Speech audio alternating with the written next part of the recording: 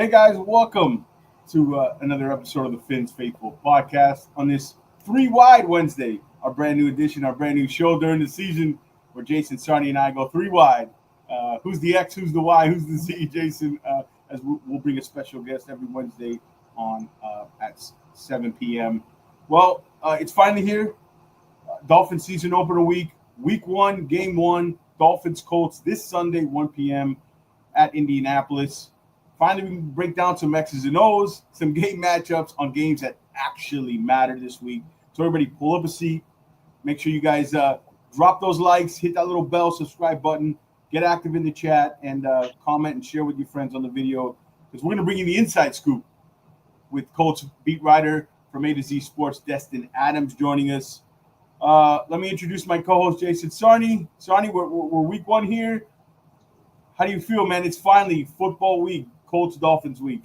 No, finally here. It's good to actually get regular season football. The preseason was fun, but now we are in the real business of the season. So glad to have Destin join us and talk about some Colts and Dolphins matchups here. All right, Destin, again, thank you. Thank you for being the first guest on the Fins Faithful 3 Wide show on Wednesdays here. We appreciate you spending some time with us. How you doing?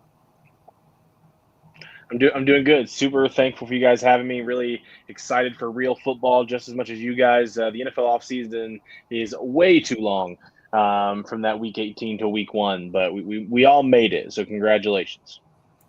Well, we'll get right into it, Destin. So, we all have varying perspectives, of course, of our Dolphins here in Miami Dolphins land. But what are the Colts side of things? What are you guys thinking about the Miami Dolphins?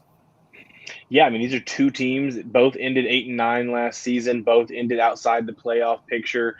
Both teams that feel like their teams are more talented than what they put on the field in 2024.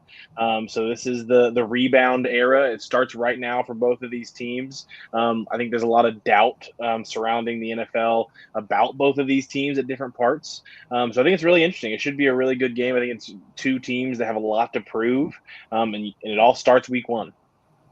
Yeah. Let's talk about the big storyline that surrounded the Colts this offseason. Obviously, the quarterback battle between top draft pick Anthony Richardson, who's been tons of injury history, and then Daniel Jones. What was the decision behind head coach Shane Steichen's decision to start Daniel Jones here week 1? And to kind of go on top of that, what are the changes you think are the difference in the offense? Because I know the one thing that everybody's going to say is the running game on the quarterback, but Jones is actually sneaky good in the running game. What went into that decision? Kind of what do you see the differences that might implement with Jones as the starter week 1? Yeah, I mean, I think the decision to go with Jones over Richardson for week 1, I think there's multiple elements to this. You've heard in every presser since Shane Steichen has mentioned just how consistent Daniel has been since he's entered the building, since he's joined the team. But I think the other element here is I think with the new ownership, with the unfortunate passing of Jim Irsay and his daughters taking over, I think there's just a little bit more uncertainty in terms of the future of this regime in terms of head coach Shane Steichen, GM Chris Ballard, and whoever you want to say QB1 was. Now it's Daniel Jones. So I think there's just this uncertainty in the air because of that change in ownership. And I think the safer option is kind of what ended up winning out here. The highs with Richardson are great, but the lows are troublesome. And I think they were a little bit scared of those lows sinking the ship a little bit. Yeah, where does the organization stand on Richardson right now? I mean, Chris Ballard, 4th pick overall in the draft. Where do they stand here? Do they still have hope that he could be their guy going forward?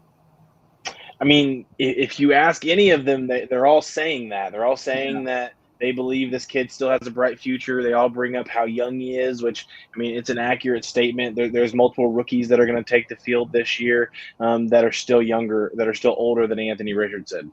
But the problem is, like, he's going to have to be such an outlier to overcome 2 benchings in less than 1 calendar year now to 2 different quarterbacks he's being benched for. If there's a situation of a guy that's overcome that size of a mountain to then go on and not even just start another game for the franchise, but become their franchise quarterback like the Colts keep believing and saying they believe he could become, he'd be a crazy outlier. So, I mean, props to him if he could do it. But I certainly would not be betting on that outcome at this point.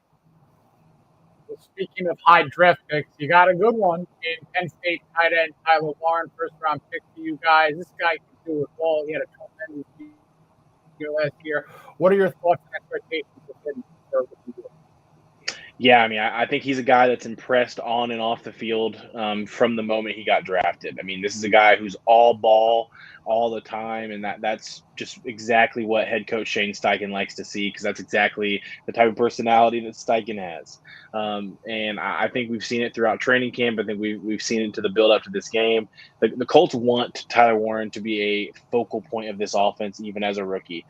Tight ends don't always hit the ground running in the NFL. Obviously, we saw Brock Bowers do it last year, and I think the Colts truly believe they have one of those special type tight ends in Tyler Warren, and they're not afraid to open that can early into his rookie year. And I expect him to be a big part of this offense. I've been telling people I go back and forth between who I think is going to lead this team in catches this year. It's either going to be Tyler Warren or it's going to be Josh Downs, in my opinion.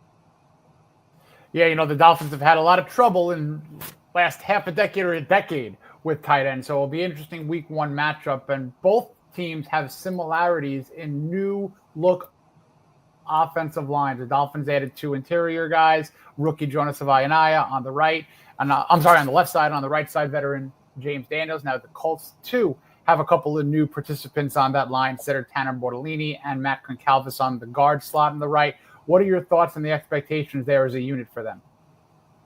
Yeah, I mean, I think Tanner Bortolini got a lot of reps last year at center and guard in terms of just filling in as a relief guy. And I think they saw a lot of potential in him, and I think that led to letting them let veteran Ryan Kelly walk because they see a bright future there, and that future starts now. He's at a really good training camp. They started camp with he competing to be the starting center. Didn't really relinquish a starting rep by week 2. So this was a guy they knew they wanted to start. He's had all those reps. He's going to be the starter. Matt Concalves is a little bit interesting. Drafted to play tackle, played almost all of his snaps at tackle when he played in relief last year. They're kicking him inside to guard. A lot of scouts I talked to last year during that draft cycle honestly thought his best position at the NFL would be at guard via his strength and via just how much he can move in the run game. And so he's making that transition. It's not an easy transition, so I think a lot of people expect there to be some bumps early in the season, and the team knows this, but they have a lot of hope that his ceiling at guard is going to be really high. Yeah, just to add on that real quick, not to mention, I think they have high confidence in offensive line coach. Rest in peace to his father, Tony Sperano Jr. We're familiar with his father down here. I think that's probably one of the reasons they moved on from Will Fries and these guys, because they got tremendous confidence in him, right, Destin? Oh, yeah. I mean, Tony's a guy that has really rejuvenated a lot of these guys' love for football in terms there was a couple offensive line staffs in recent years before they got Tony in here. And you could just tell there was a pretty big disconnect with the guys and that coaching staff. I think Tony coming in was really a revelation for a lot of these guys. And Tony has full confidence from the coaching staff, and these players go to bat for him every single time they get the chance to talk into Mike, it seems. Awesome. Let's move over to the defense. That's where I think the big changes have been. Dolphin fans are going to be interested to see how this new Colts defense, we'll talk about some of the matchups, but they brought in a new defensive coordinator. It slips my name, the former Bengals defensive coordinator. They brought him in with his aggressive style. They brought in the secondary. It seems like they wanted to build the secondary, kind of go defensive back forward, kind of opposite of what the Dolphins did. They went kind of defensive line backwards this offseason. They brought in Travarius Ward from the Niners. They brought in Cam Bynum, obviously a familiar face, Xavier Howard. Do you see the aggressiveness as the most? I know last year the Colts, I think they only blitzed on like 21.5% on dropbacks, like 4th lowest in the league. They were like in the 20s. I think, was it 22nd, 23rd in pressure rate? Is that kind of the difference you see with new defensive coordinator Lou Anarumo? Yeah. Yeah, I mean, I think first and foremost, this is a drastic shift in defensive philosophy. I mean, you brought up the blitz rate, you brought up the pressure rate, but it's even more than that. Gus Bradley, who has been a very successful defensive mind in the NFL, obviously was one of the top minds behind the defense in Seattle in that Legion of Boom era. But he was very patient and very willing to stick in his Tampa 2 setup, very willing to just kind of live and die by his system, didn't really change much. Offenses really knew what was going to be out there, and if you were willing to take the dinks and dunks that Bradley's defense gave you, you can dice up that Colts defense, and we saw it last year. And I think the team knew it was time for a change, and not just away from Bradley, but away from that type of system. And I think this move to Anarumo is almost polar opposite.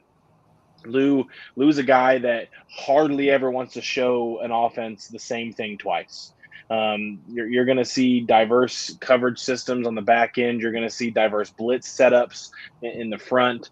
It's going to be a very interesting separation. And they went out and they made the personnel moves they needed to make that drastic of a change. If you're going to go to a guy that wants to do so much in the secondary, you better upgrade the secondary and give him chances to utilize that. We saw the end of his run in Cincinnati. It kind of goes up in flames a little bit, and he gets a lot of the blame. But you look at who they gave him in the secondary after losing guys like Jesse Bates at safety, and they just didn't give him enough guys on that back end to do what Lou's defense needs to do.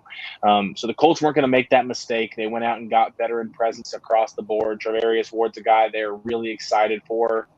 They believe he's a true CB1 in this league, and they believe he's going to be able to travel with opposing teams' receiver ones. That's not something the Colts have had since Vontae Davis. Rest in peace to him, of course. And it'll be interesting to kind of see how this all works out. But I think the Colts they feel confident that this shift in defensive philosophy is going to be for the better. Well, interestingly enough, the Dolphins and Dolphins Nation will get a look at Xavier Howard just on a different side of the ball. He was brought in just a couple of weeks ago by the Colts. And on the Dolphins side, they brought in former Colts cornerback Juju Brents. So what could you tell us about Brents, and also what has Xavier Howard shown in Indianapolis so far, and your expectations for him week 1 and beyond? Yeah, I mean, the Juju Brents wave by the Colts in their moves to get down to 53 was arguably their most shocking move, definitely in terms of around the NFL. Former second-round pick, Indianapolis native, grew up just down the street from the Colts facility. So moving on from him is pretty notable for a lot of different reasons there. And injuries, man. I mean, that's always going to be the worst part of sports, and I think it really got the better of him in Indianapolis. He really was never able to generate any momentum here. He starts camp in a battle to be the starter and gets a hamstring injury and has to miss almost all of training camp. After already having to miss just about all of the games in terms of the last 2 years. It's just been a rough go of it for Juju. I think all Colts fans, especially with the local aspect of it, are rooting for him, and I think a change of scenery was best for him, especially in this shift to Lou Anarumo's defense. Bigger body, but not the fastest corner on the outside. And Lou typically likes to have speed out there. So I think getting him a new setup is probably best for both parties. Xavier Howard, I mean, they worked him out earlier this offseason. Lou knows him pretty well, obviously, from his experience with him in Miami and early in his career. And it'll be interesting to see what it looks like. They're going to start him day one.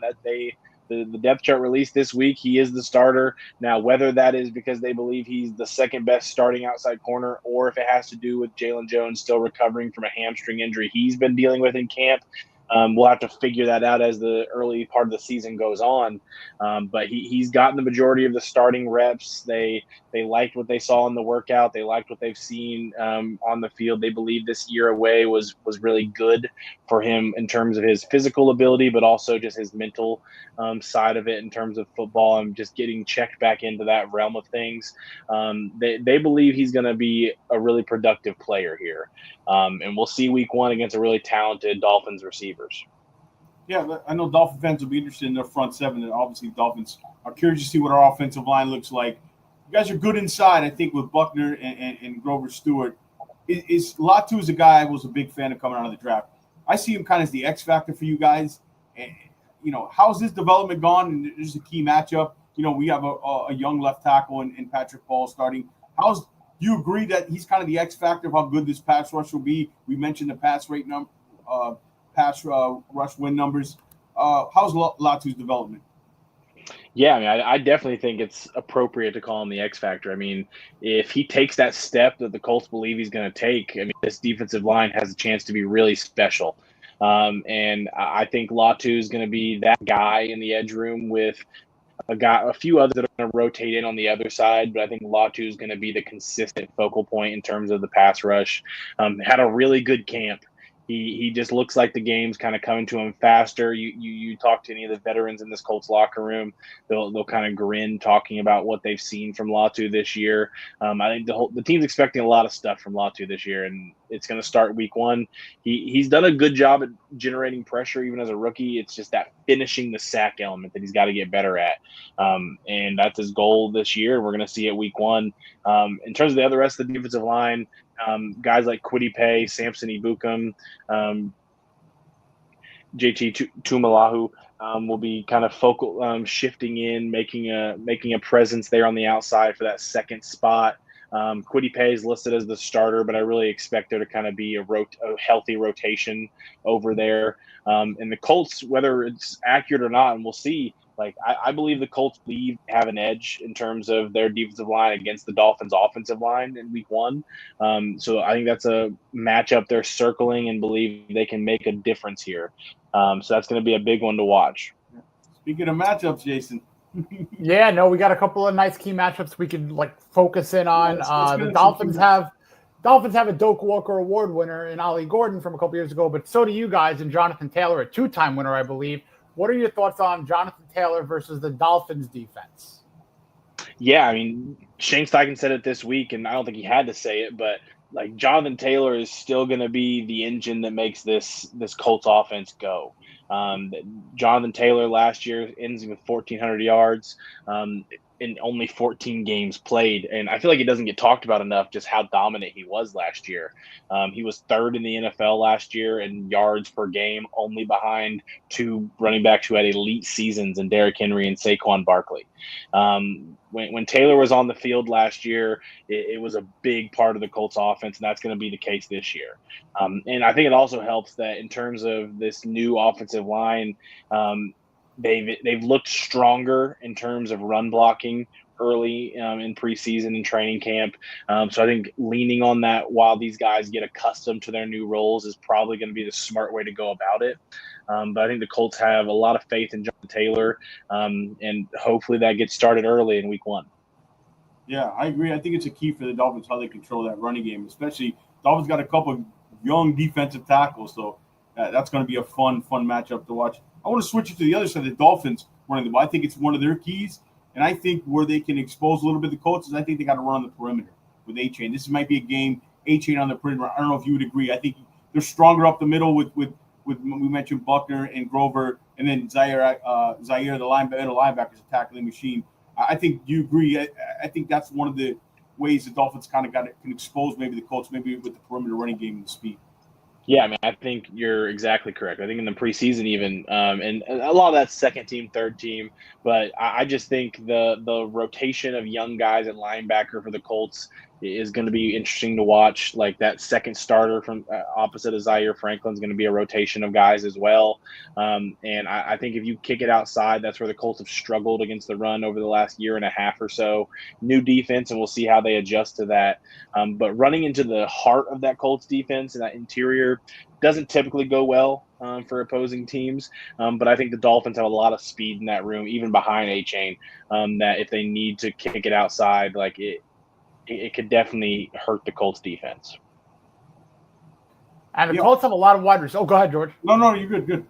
Colts have a lot of wide receiver weapons. Obviously, throw Tyler Warren into that mix. And the Dolphins have a tricky, young, and unproven secondary. So what are your thoughts on that aspect of the game? Yeah, I mean, the Colts, I keep using the word rotation, but that's just what the Colts have at multiple different spots. And receiver is another one. I mean, Michael Pittman Jr., he's making his return in sense of he played most of the last season, but he played through a fractured back, which is a crazy injury to play through, by the way. Can't give him enough credit for doing it. But has a down year as a result. So making his return healthy this season, I think he has a lot of expectations for himself.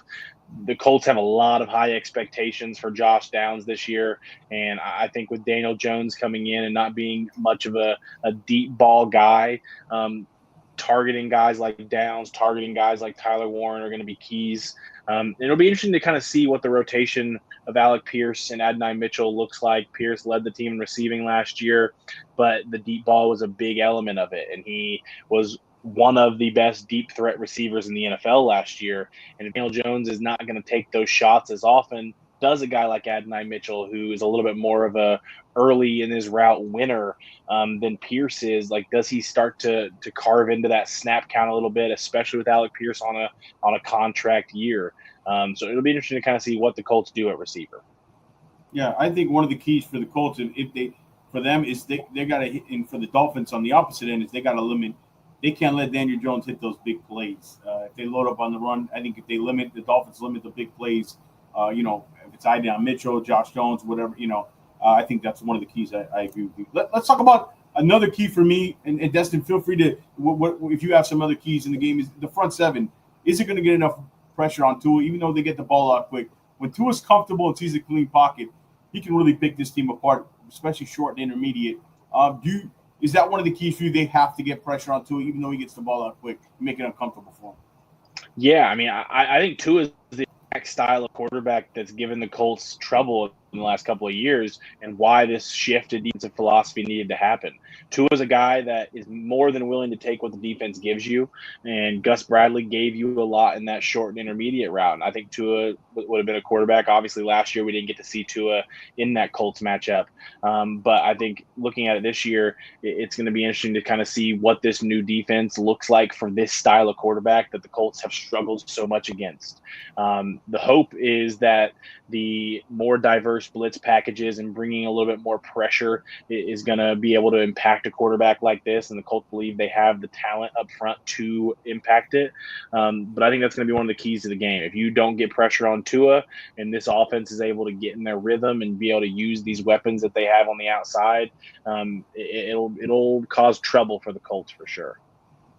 And as mentioned a little bit earlier, the tight end, Tyler Warren versus who on the Dolphins? It could be Jordan Brooks, the middle linebacker. It could be the reacquired safety, Minkah Fitzpatrick. So how do you see that double-sided matchup kind of shaping up?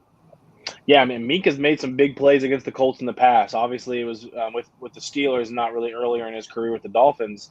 But Minka's a guy that makes plays, and he may have had a little bit of a down year last year, but I think his talent is evident when you watch him on film. If I were Miami, I probably would not put a linebacker on Tyler Warren. That's just that's the free advice I give, I guess. If I had a weapon like Minkah, especially in a game where you don't need to worry about Daniel Jones taking the top off the defense as much as some other quarterbacks around the NFL, if I was Miami, I'd probably use the weapon I have in Minkah to try and neutralize Tyler Warren early in his first career start in the NFL. If you put a linebacker on him, I think Shane is a very creative offensive play caller. He's going to find ways to get his guy open. And I think once you get Tyler Warren the ball in space, that's where he really makes his money. All right, Destin, we'll get you out of here quick. I know you got some plans here. A couple more things. Dolphins win this game if blank happens. Colts win this game if blank happens. Yeah, so I'll say the Dolphins win this game if Tua is not sacked 2 or more times. Like, the Colts cannot have one of these games where they come in here and they produce 1 sack, they let Tua sit back there and just carve you up. You made this shift in defensive philosophy. You need to see these players buy into that, and you need to see them a little bit more on the attack instead of just sitting back and letting things happen. That's what the Colts want to do, and that's what we need to see in week 1. And if you allow a quarterback like Tua to carve you up, then I think the Miami wins. For the Colts, I'm going to say the Colts win this game if Jonathan Taylor gets going early and often. There's a stat that's been going around over the years, like the Colts have won like over 90% of games that Jonathan Taylor has rushed for over 100 yards in. If you can get to that number, now obviously the game doesn't end once you get to the 100-yard mark. It's not going to just end and the Colts win the game.